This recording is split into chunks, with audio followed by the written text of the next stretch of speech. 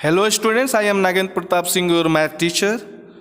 Today I am going to solve the exercise 4B, and in this we have to find out with the help of a table that is by shortcut method.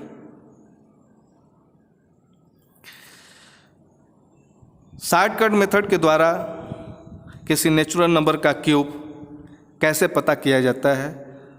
पहले तो बताया गया था कि यदि किसी natural number का cube निकालना है तो उस नंबर को जब हम आपस में 3 बार मल्टीप्लाई करते हैं तो उसका जो प्रोडक्ट आता है वही उस नंबर का क्यूब होता है। लेकिन इस वीडियो में आपको शॉर्टकट मेथड के द्वारा कैसे क्यूब पता किया जाता है ये बताने जा रहा हूँ, तो आप ध्यान से देखें और समझने का प्रयास करें। एक फार्मूला है a plus B whole cube, क्योंकि इस फार्मूला को जानना जरूरी है। इसी फार्मूले के मदद से और टेबल के मदद से हम क्यूब फाइंड आउट करेंगे। तो a plus B whole cube का फार्मूला होता है a cube plus 3a square b plus 3ab square plus b cube. इसमें 4 टेबल बनाया जाता है, 1 2 3 4। जो इसमें टेबल होगा इसको हम 4 भागों में इसको हम बांट देते हैं टेबल को। फॉर एग्जाम्पल मान लीजिए कि हमको 25 का क्यूब निकालना है, ठीक। तो ये 2 डिजिट्स नंबर हैं और इस टेबल में आपको 2 डिजिट नंबर के क्यूब कैसे निकाले जाते हैं इसी चीज़ को बताया जा रहा है, ठीक। 3 डिजिट या 1 डिजिट की बात नहीं की जा रही है। 2 डिजिट्स नंबर के क्यूब को कैसे फाइंड आउट करते हैं उस चीज़ को केवल बताया जा रहा है। इसीलिए ये फार्मूला लिया गया है a plus B whole cube. इसमें जो 10th डिजिट है उसको a मान लेते हैं और जो 1st डिजिट है उसको b मान लेते हैं। तो a इक्वल टू 2 हो जाएगा और b इक्वल टू 5 हो जाएगा। अब इसको इस टेबल को समझने का आपको प्रयास करना है। a क्यूब ये 4 टर्म हो रहा है, 1 2 3 4 ये 4 टर्म हो रहा है, इसलिए इस टेबल को भी हम 4 भागों में बांटेंगे। क्या a क्यूब को हम a स्क्वायर इंटू a लिख सकते हैं कि नहीं? a square into a equal to क्या हो जाएगा? a cube. तो a क्यूब को हमको इस मल्टीप्लिकेशन के रूप में लिखना है कि a square into a upon a cube हो गया। उसी तरह 3a स्क्वायर b को हम ऐसे लिख सकते हैं कि a स्क्वायर इंटू 3b। जब a स्क्वायर में 3b को मल्टीप्लाई करेंगे तो 3a स्क्वायर b आ जाएगा कि नहीं आ जाएगा। अब तीसरे टर्म के लिए क्या करेंगे कि इसमें जो स्क्वायर वाला हिस्सा होता है उसी को लेते हैं, या इसमें जो क्यूब वाला है, आया समझ में। अब देखिए तीसरे टर्म के लिए हम ले लेंगे b स्क्वायर इंटू 3a। तो b स्क्वायर में 3a से मल्टीप्लाई करेंगे तो 3ab स्क्वायर ही होगा, वैल्यू चेंज नहीं हो रहा है। अब b क्यूब है तो b स्क्वायर में b से मल्टीप्लाई करेंगे तो b क्यूब हो जाएगा।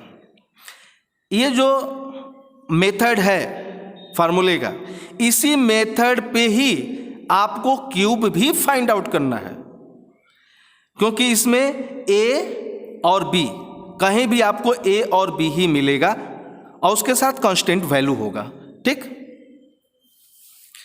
अब देखिए,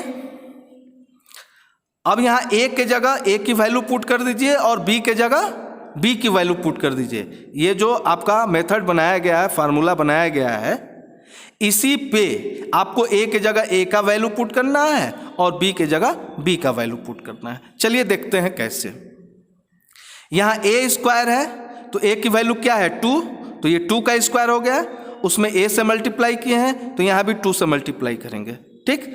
तो 2 2 जा कितना होगा? 2 का स्क्वायर कितना हो जाएगा? 4। अब 4 में जब 2 से मल्टीप्लाई करेंगे तो क्या आ जाएगा? 8। अब चलिए दूसरा देखते हैं हिस्सा।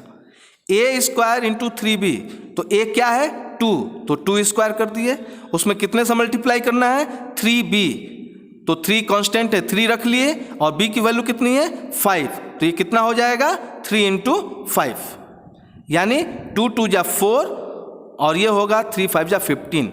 जब 4 में 15 से मल्टीप्लाई करेंगे तो 60 आ जाएगा, नीचे हम लिख देंगे। अब तीसरे कॉलम में चलिए,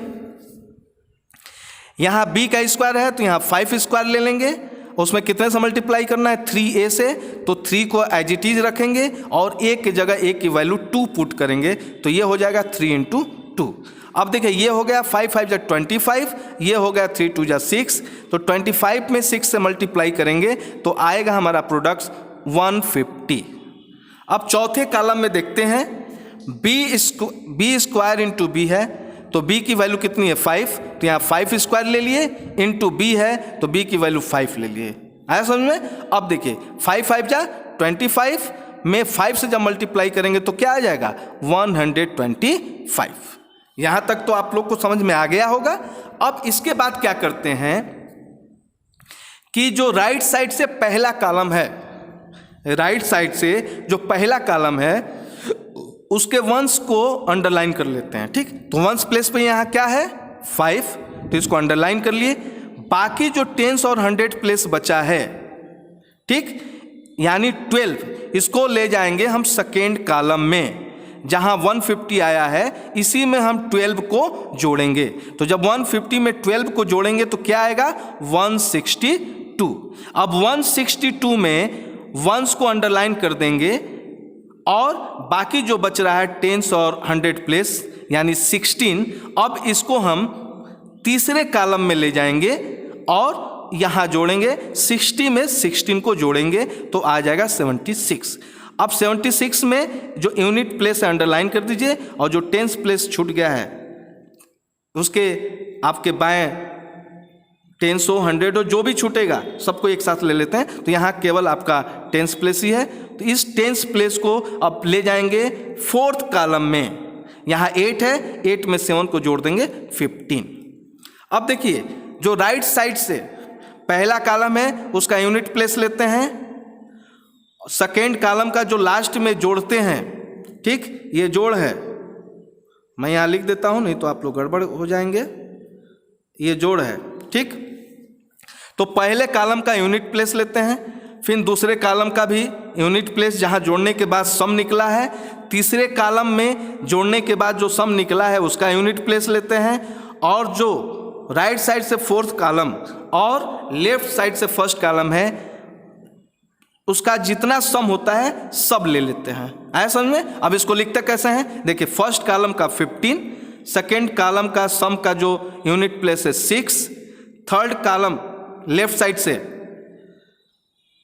2 है यूनिट प्लेस तो 2 ले लिए, और लास्ट लेफ्ट साइड से जो फोर्थ कॉलम है उसका यूनिट प्लेस 5 है तो यहाँ 5 ले लिए, यानी 25 का क्यूब होगा 15,625। हम आशा करते हैं आप लोग को समझ में आया होगा।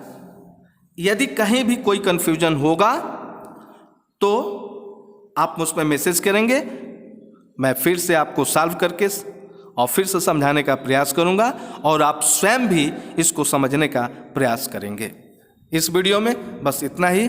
अगले वीडियो में हम नए एक्सरसाइज के साथ आएंगे और इस एक्सरसाइज के जो बाकी क्वेश्चन है पहला हमने कर दिया है, मुश्किल से 3 या 4 क्वेश्चन और है जिसको आपको इसी मेथड से, शॉर्टकट मेथड से आपको क्यों फाइंड आउट करना है, यही आपका होमवर्क होगा। इस वीडियो में बस इतना ही। अगले वीडियो में नए एक्सरसाइज के साथ आएंगे। तब तक के लिए धन्यवाद।